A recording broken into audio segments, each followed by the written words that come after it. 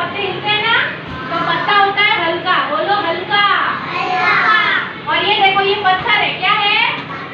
पत्थर। ये भारी होता है ना, हाँ तो बोलो भारी। हल्का भारी, सब बोलो। हल्का हल्का भारी, हल्का भारी। अब देखो ये क्या बनाया हुआ है? मटका बनाया हुआ है। क्या बनाया हुआ है?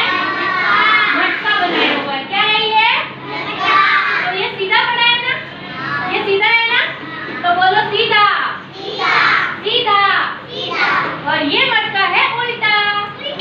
बोलो उल्टा। सीधा उल्टा। सीधा उल्टा। सीधा उल्टा। तो ये अवधारणा है। क्या है? चलो अब मैं आपको बताती हूँ कैसे अवधारणा है। ये देखो ये मटका है। क्या है?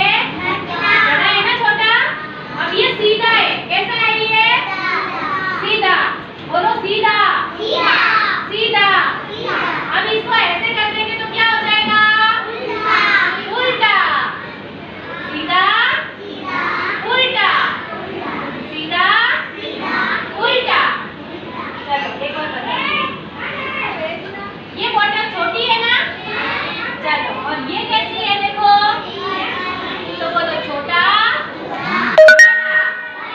छोटा बड़ा, छोटा बड़ा।